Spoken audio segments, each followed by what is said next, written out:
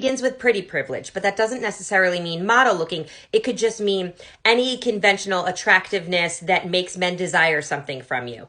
It's an immediate double-edged sword. Then we move into neurodivergence, and less so for Sansa Stark, although an argument can be made, but definitely for my characters. So everyone's experience is different, but the way it could apply here is that she has a tendency to see the world as black and white when she's younger, although that also comes from being sheltered. And then as she gets older, she has kind of like an enhanced perceptiveness because of her experiences as being kind of on the outside. But the points I want to make for this type of character arc is that inability to kind of understand what's going on at first, the same predatory men who, are attracted to the pretty privilege know that you're easy prey because of this. And then it gets worse when we add the third part of this little trifecta.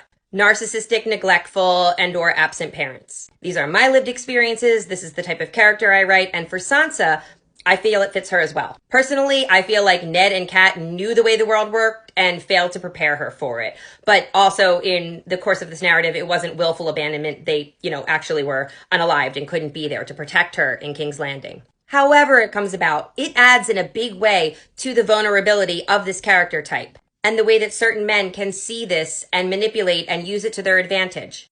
It makes this type of character even more the perfect prey for them. So eventually we have a character whose growth arc was learning to play the game. If you pick up my books and you want to start here, you're going to be disappointed.